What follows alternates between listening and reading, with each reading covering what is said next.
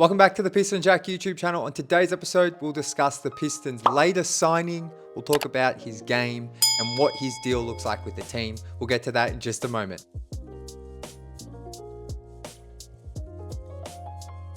Late yesterday, Mike Scotto of HoopsHype reported that the Pistons have signed Quincy Olivari, who formerly was on the Lakers roster last year on a two-way deal and spent much of last season playing and starring for the Lakers G League affiliate, the South Bay Lakers.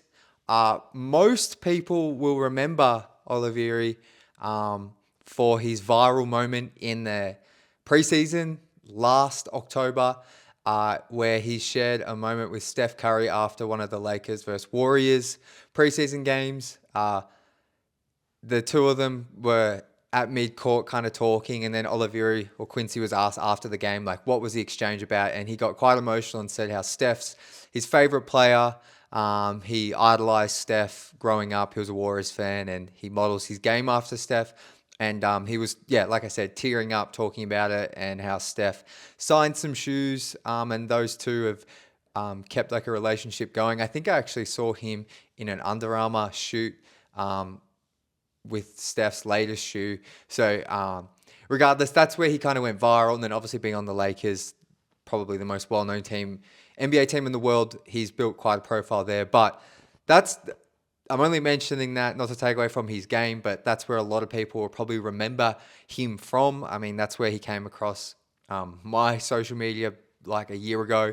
But as for the player himself, I believe he played a number of years at Xavier College, the NCAA level. And from everything I've had a look at, he's a 6'3" kind of combo guard, definitely score first. I mean, he kind of he models his game after Steph, and whilst he's not at Steph's level, clearly, when you watch him play, look at some of the highlights, he's definitely a guy that's not afraid to let it fly from a few feet behind the three-point line.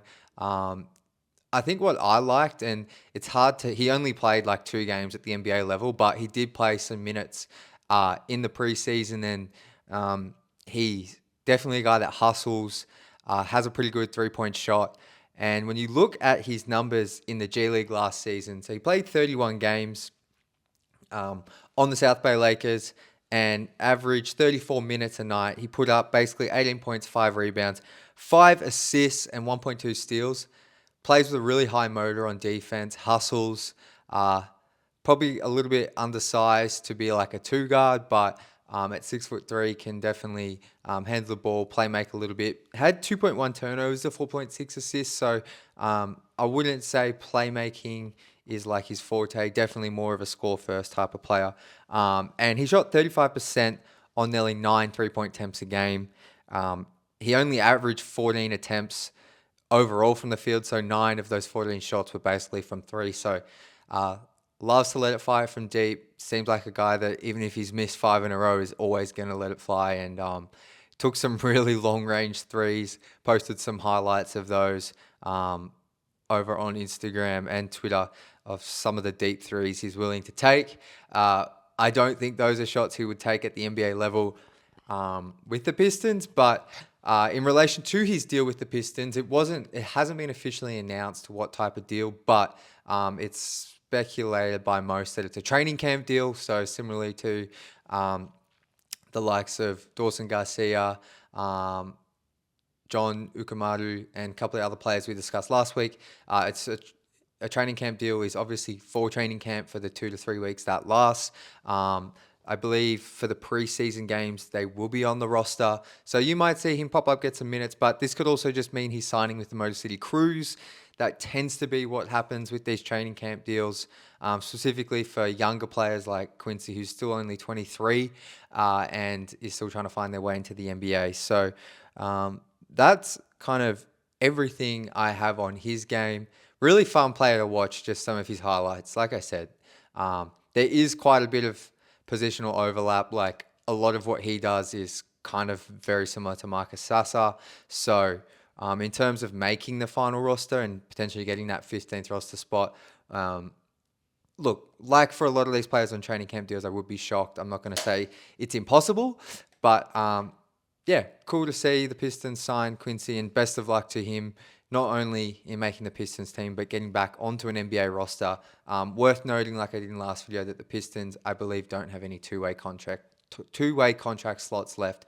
All three of those have been allocated to Dennis Jenkins, Tolu Smith, and Colby Jones. So let me know your thoughts on him. I assume a lot of you remember him from that viral moment, but for those that watched him at college, I know there seems to be, I've had some comments about him hooping at Xavier. I didn't dig into that too much, but would love to know any thoughts you have on his game at the collegiate level as well. But I thought to wrap up the video here, because some people were speculating that he's taken the 15th roster spot, I wanted to spend a couple of minutes talking about that. So I would be shocked if this is for the 15th roster spot. I think it's for the training camp deal for Quincy. But what are the Pistons doing with the 15th roster spot, and what are the options available? So for a long time, we thought that they were keeping it open for Michael Beasley, Malik Beasley.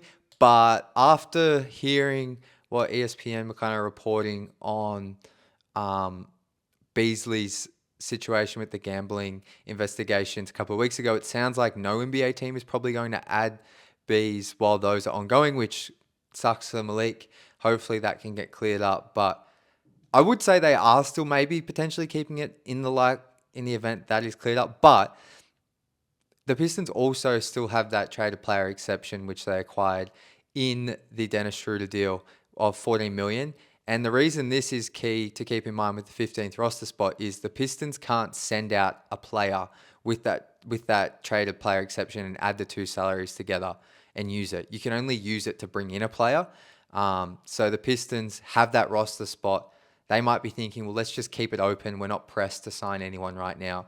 Let's keep that open so we can use that $14.5 million trade exception to bring a player in. We don't have to waive anyone then, and we can just send out a pick or something to bring in that player. So that would be my thinking, because last season they kept it open because they had cap space, and they used that cap space to bring on Dennis Schroeder and Lindy Waters at the deadline. That's why they only had to cut Wendell Moore last year, because they had the roster spot and they had the cap space to bring in Schroeder's deal without having to remove other players.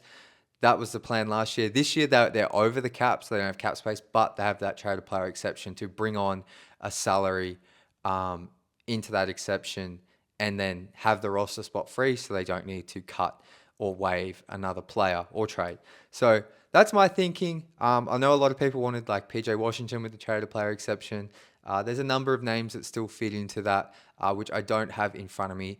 But if there's a player you like, PJ now re-signing with or extending with the Mavs, he obviously, I highly doubt will be moved at least this season. So if there's a player you would want the Pistons to add with that traded player exception and free roster spot, let me know. But that's kind of my thoughts on where that final 15th spot and the thinking behind it, what could be going on there. But thank you so much for watching the video. We'll be back with any updates and news. Media day is on Monday, so we'll have plenty of coverage of that, and then preseason starts very soon. But until next time, as always, go Pistons.